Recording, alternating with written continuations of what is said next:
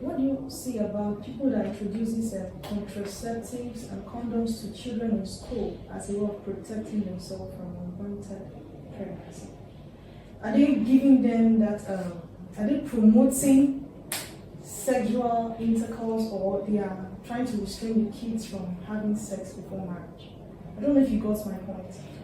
Like people that go to school, I got it. They start introducing contraceptives, condoms, use this, use that.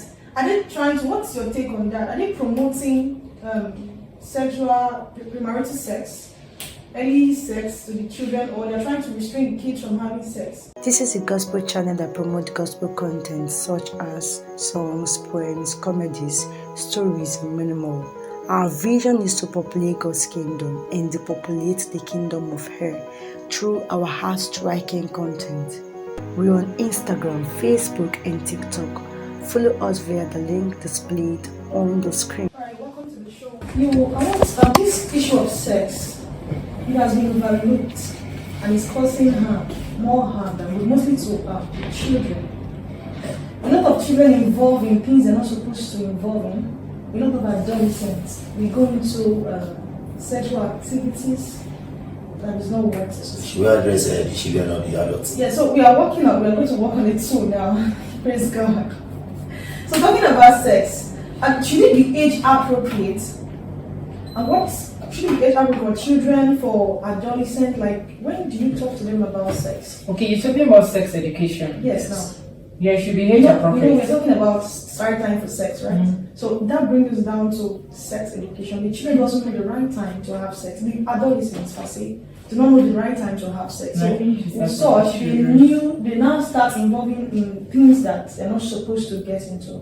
So should it be age appropriate? Because some parents shy away from that I believe when a child gets to 6 years old, she started as a mother. Even before, because our own age time and this present age is a two different age factor. Our growth are differs. So when a child is getting to five, let's just manage 5 now. When a child is getting to 5 years, we start teaching her, because even our KHMS here, we call that all of them are aware of sex education. The Faith Academy, all of them are aware of sex education. And I had a girl in the Faith Academy, just one girl. She came to meet me, I went to teach them. And she told me, "Sir, see my vow with God." Or what is vow? The day I stayed with a man, Lord, let me fail all my results. Let me not pass my wife. That's from the JSS1. She already knew and is aware of sex education, because devil is not resting. He gives them education every day. Now check your internet, man. Early in the morning when you wake up, you discover some content will come to the head that can pollute your mind all through the day. If you want to sleep also, to project the demon of this demonic spiritual impurity, spiritual whatever we are praying, they want to dissolve it. They project again. The more you allow it to enter your mind, it's an education. And you are learning from, and it's affecting you. The same way when you tell a child the right thing at the right time and guide them, it's help them to build a better life. Okay, talking about these ads that pop up whenever you carry your phone in the morning, not even just in the morning. At times you see ads that are annoying, that are not good. So, and most of our kids, we give them tablets to go to YouTube to watch cartoons, and most times parents do not monitor them. So what is your take on that? If such ad pops up and the child wants to click and start watching things they're not supposed to watch, so what's your take on leaving your child or giving your child a phone at an early age as a way of curbing sexual? So are you answering that? Yes, I think there's what we call control on the internet. Okay. There's a way you can limit the content that comes into your phone to the children. What about the parents that don't know about that? That's where parents also need to go for education. Now, sir, let me give you an example where I'll come to the parent now. When a parent will be hiding his phone from the son or from the daughter, not to touch my phone, I get it now. Why is he hiding it? Because he's not even knowledgeable about the phone, how to control the devices, with the fear that if my child hold it, he can see what he's not supposed to see. Now, this child goes out, meet a friend whose parent is giving him or her phone. and begin to learn in a bad way because the parents refuse to learn. As we are growing as a parent also, all these things, you want to be subjecting yourself to devices, it's good that you learn all these things, how it's being controlled. There's for example, there's a YouTube, there's a Netflix and everything. Every one of them has children segments whereby the content of the adults will not even come up when they are watching it. It's all about what you know and how to control it. But how many of us are knowledgeable about what we use? And the demon and the devil is taking advantage of our ignorance. He said, my people are destroyed for the lack of knowledge. When there's an appropriate knowledge is not only in Bible. Everything you do, you must have adequate knowledge. Everything you do. So it's the parents, I will blame the parents who are not eager to learn on how to control all these things. Okay, let me just add you to say that. Pastors talked about YouTube and all that. Like yesterday, I needed to sleep, so I just on my hotspot. And of course, the children, they have their tab, and they know they have YouTube for kids. And of course, that was what they were watching. See, the thing is, however your child turns out, is the negligence of the parents. It doesn't matter whatever it is. It's the negligence of the parents. It's like what Pastor said, it's not about don't give them. It is about even DSTV that we watch, they have parental control. Yes. So if you need to give them the internet, school them on it. But if you allow them to probably watch anything, or even on your phone, they probably watch anything. And just their children, they don't do anything.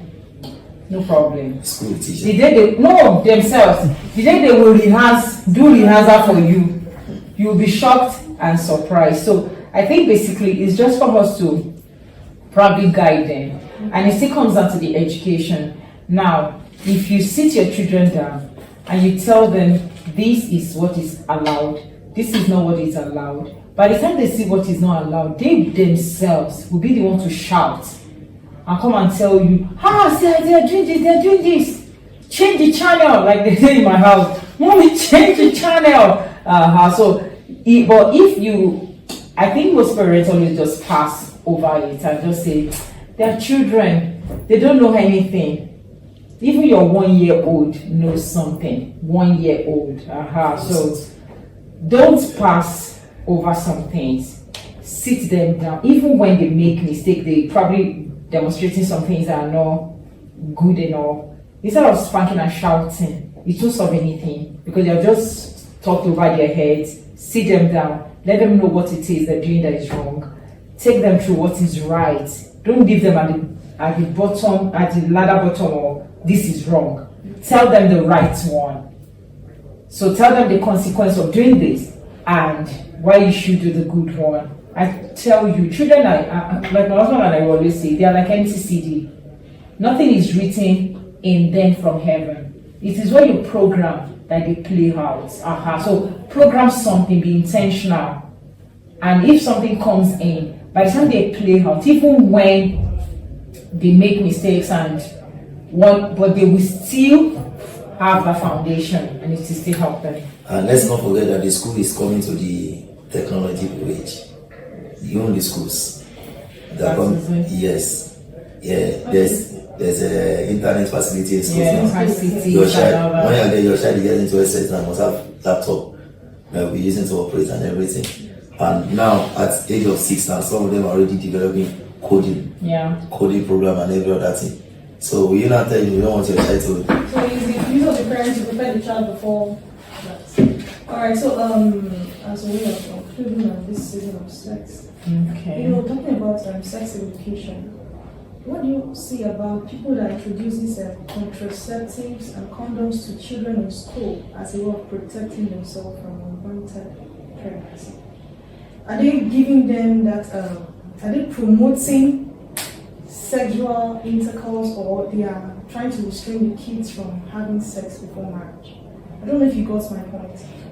Like people that go to school, I got it. They start introducing contraceptives, condoms, use this, use that, are they trying to, what's your take on that? Are they promoting sexual, premarital sex, early sex to the children, or they're trying to restrain the kids from having sex? What's your take on that? I was when I was serving, I was a HIV campaign coordinator in our region. And the one we go about to school is, if you are not abstained, and if you are doing it, protect. If you are not abstained, but no matter what I said, I believe your parents should be the one to tell you the right thing. I'm just coming with an external knowledge of what you have known. I don't know what I get now. So if a child now is in sex and collecting condom and every other thing, it means it's a parental failure. So no matter what me I just going to tell you, it can't be, should not be superior to what your parents taught you at all. So everything must still boil down to the parental factor. Okay. Yeah, the first thing that came to my mind was school is not a religious gathering. So it is secular and it has laws. So you can't expect that they should have Christian rules that guide them, even at that. But at least let me even stop at rules. Okay, so we have mixed breed. So it's not, for me, it's not like they are propagating premarital sex, because unfortunately it's happening and you can't shy away from it. So is it not better that we understand what's going on? Like what Pastor said, abstain. If you have not done, or if you are into it, protect. But where he started from is where I'm actually going to. What somebody said is not going to bring our child to a teens gathering that they corrupt. So that person was telling me that what's going on with the teenagers and all that. I said I need to know that mother, and that I'm going to tell her she's a failure. If you have your child from Monday to Saturday, and within 2 hours they corrupt or whatever it is, you are a failure. You should be ashamed of yourself. Okay, so what are the parents doing? Because the thing is, I wonder why parents say, she doesn't talk to me, she's not my friend. You had this child from 0 to 10 to 12, and you never develop a relationship that will make the child come back to you to talk to you. I mean, check it. So what you put inside your child, even if they are dangling it in his or her face, is going to know that, okay, no, this is not the road I'm taking and all. Thanks, that's wonderful. I think I'm clear. And the bottom line of the whole stuff, season of sex, the right time to have sex is when you are married, right? Yeah. Yes. So that brings us to, I don't know, you have something to say? No. That brings us to the end of this season of sex. Oh, okay. And then,